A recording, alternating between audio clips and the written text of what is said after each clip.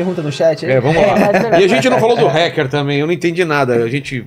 Vocês vão fazendo um monte de parênteses aí no assunto. Você ia falar alguma coisa do hacker? O hacker, basicamente, só para concluir, o Bolsonaro foi fazer uma reunião com o hacker das autoridades públicas da Lava Jato. Pra quê? Só pra se ferrar, né? Imagina, presidente da República se reunir com um delinquente que tinha hackeado celulares de autoridades que estavam investigando os adversários políticos dele. Inclusive, né? E revelando todo o esquema do Petrolão, do qual eu falei que... Quer dizer, por que ele abre essa porta?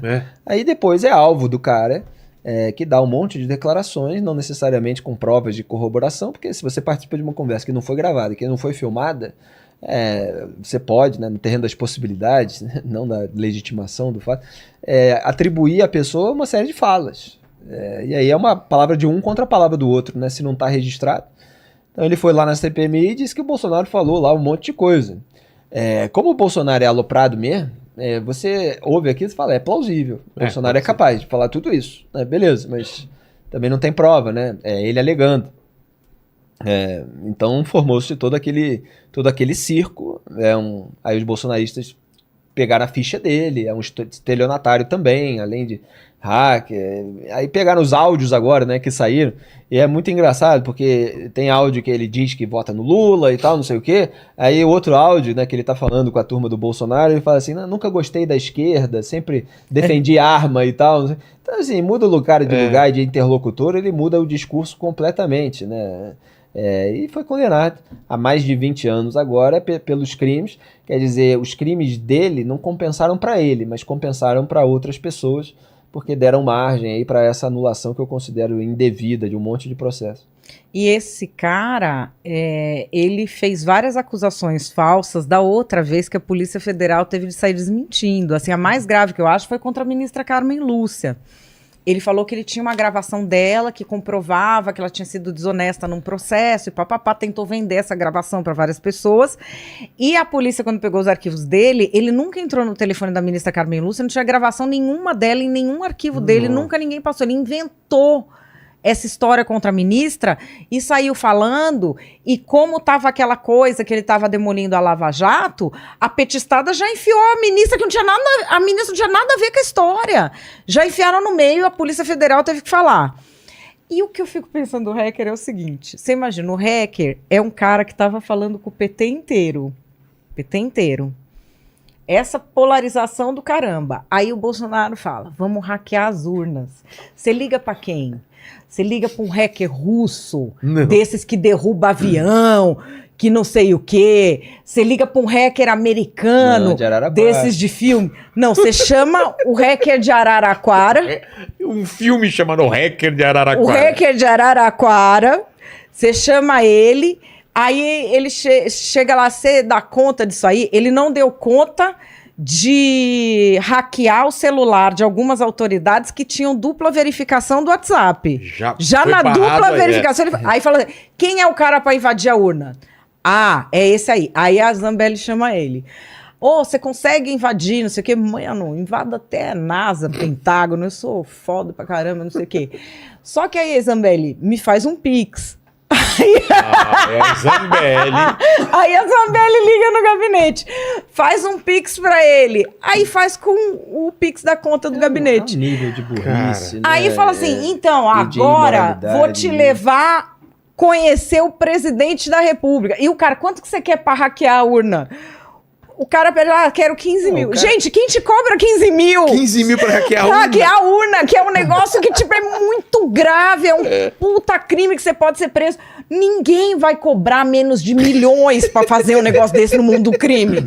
Aí o cara fala 15 conto. O hacker Tabajara. Aí a Zambelli, faz o... Porque o que pegaram a Zambelli é o Pix, cara.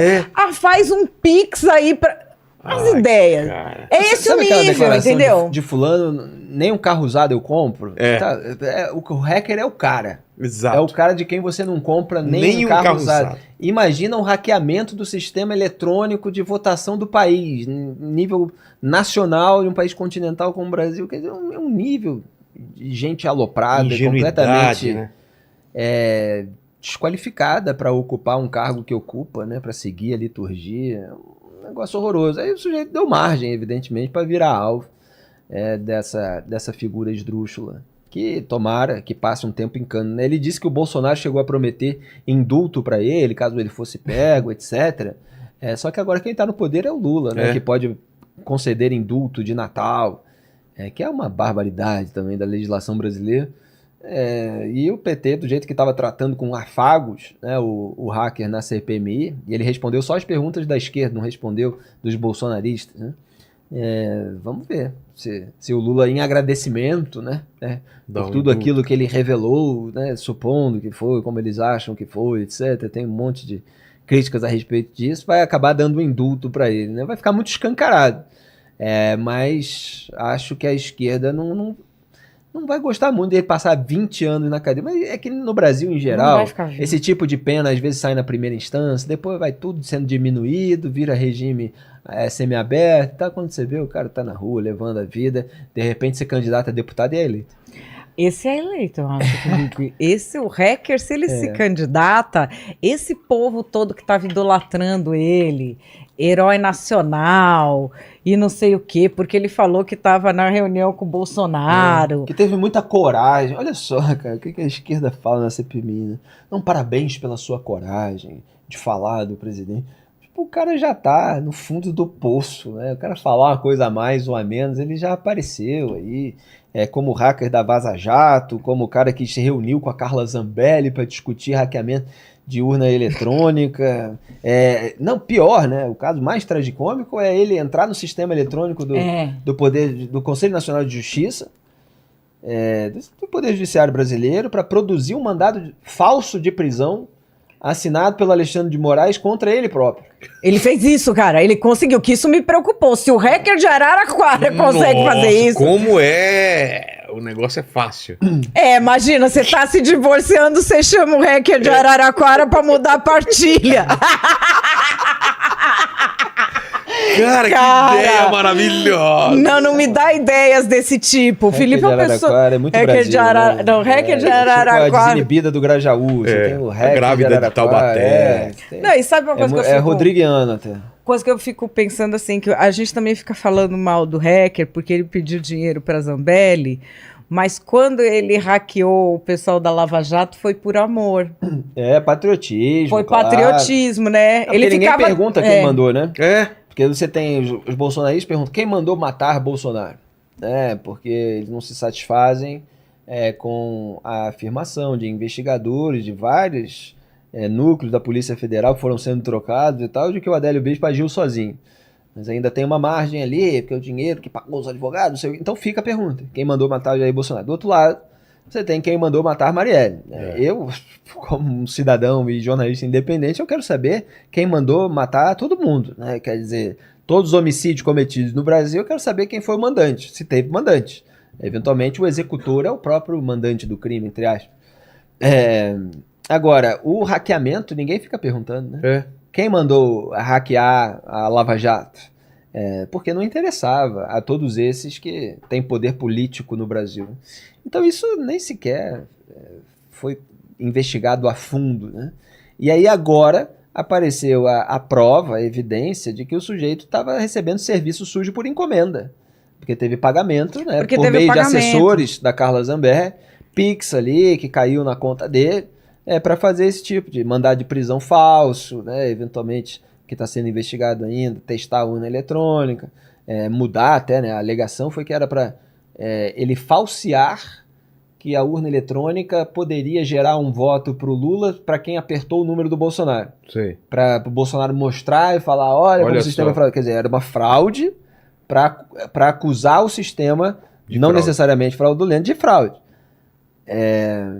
Então, enfim, perdi até o que eu ia falar, mas era isso aí. Mas aí estão falando, por exemplo, agora virou como se fosse uma novidade que o cara falou na CPI que ele encontrou com o Bolsonaro, né?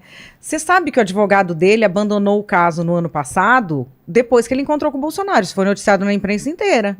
A única novidade é que ele falou a conversa que supostamente eles dois teriam tido sem apresentar nenhuma prova. E que é um tipo de chinelagem a conversa que eu não duvido que o Bolsonaro tenha tido, mas que a gente não sabe se teve também. Não foi gravado, não tem nada. Não, e a pessoa que falou da conversa é um mitômano também. Não, e assim, o triste é que é muita cara do Brasil, né? Melhor ver stand-up, né? Eu acho. Melhor a gente ver stand-up. Mas melhor... às vezes vira um grande stand-up, né? Uma sessão da CPI é um negócio assim, cômico. Só que é triste, né? Que o nível seja tão rasteiro dessa gente, né? Que seja pelo... Eu até ironizei que você tem uma divisão assim, né? Hackers estelionatários, corruptos lavadores de dinheiro e golpistas envolvidos em peculato. E ainda tem gente, milhões de brasileiros escolhendo lado entre essas tribos, né? Sem aqui dizer nome, porque também não pode ser censurado, né? Se dizer. Mas de uma maneira genérica a gente pode dividir essas gangues assim, né? E as pessoas ficam ali aguerridas para defender essa identidade, elas se acham pertencentes àquele grupo e elas adaptam o resto da realidade. E às vezes é o grupo da juventude, né? É bom voltar à raiz de coisas que a gente comentava antigamente, porque às vezes o sujeito na juventude, ele se une àquele determinado grupinho de amigos, aí começa a se vestir igual, falar igual, repetir as frases feitas, etc. E aí passa 30 anos, ele não quer ser mal visto dentro daquele mesmo grupo. Então, todos amam os mesmos políticos, etc. E se você faz qualquer tipo de consideração, você vai ser olhado de lado, vai ser visto como um traidor, né, que é muito próprio das seitas. Elas não admitem quem quer que tenha qualquer ressalva, que traga uma informação inconveniente.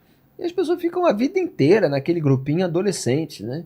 Eu fui me livrando das patotas já bastante cedo, na própria juventude, né? Assim, nunca gostei muito, né? Preferia, sabe, tem uma patotinha que tem umas 2, 3 pessoas legais, peraí, deixa eu puxar esse aqui, vamos almoçar, vamos conversar e tal. Você pega ali individualmente as pessoas, para você ter umas conversas mais profundas, às vezes, porque aquela galera, aquele momento legal, divertido também da galera, todo mundo fala um monte de besteira, às vezes conta as mesmas histórias e tal. Eu tinha uma crônica que era Amigos 5 Minutos. Era ironia, eu tava ironizando justamente porque assim, 5 minutos já tá bom.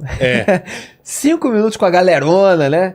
E era uma crônica que eu falava, era eu na praia. Então eu ficava lendo e tal, aí tinha aquelas pessoas que achavam que você tá sozinho, né? Que você tá lendo, você vem puxar o assunto, coitado desse rapaz tá sozinho, tá lendo, né? Que ódio isso. Como se não fosse uma decisão sua de associar, né, a busca do conhecimento por meio da leitura, eventualmente até um prazer, com o sol, você se bronzear, você dar um mergulho, você fazer um esporte ali na beira-mar e tal, etc. Então eu ficava ali no meu canto lendo, e aí, de repente, acabava um capítulo, acabava um livro, etc. Eu ia zombar dos meus amigos e tal, zombar da sunga, zombar do cabelo do outro, zombar da canelada que o outro dá na altinha, não sei o que e tal, bababá. Aí eu falava assim, pronto, 5 minutos, eu não seria nada sem esses 5 minutos. Terminava assim a crônica, eu não seria nada sem esses 5 minutos, agora já posso voltar a ler. Exatamente. Exatamente. E assim, você tem que ter o momento da zoeira geral e tal, não sei o quê, mas falando não assim, mais uma linguagem quase de coach hoje em dia, você tem que estabelecer uma certa medida para as coisas, né, para você administrar a sua vida. Aliás, tem o livro A Vida Intelectual, do Antonin Sertillanges, que fala muito a respeito disso. O intelectual não é um ser completamente recluso, fechado no seu universo, ele tem que transitar. Porque você transita em diversos grupos, inclusive você vê o que pensa cada um, e tem até aquelas frases quase bíblicas, né? Provar de tudo, não de tudo, né? Mas e ficar com o que é bom, experimentar e ficar com o que é bom, né? Eu sempre tive muito isso na minha cabeça, né? É preciso ver, testemunhar, transitar em diversos grupos, de diversos meios sociais, diversas tribos, né? Diferentes, de vestir, de gosto, de interesses. E o que vai ser eu, né?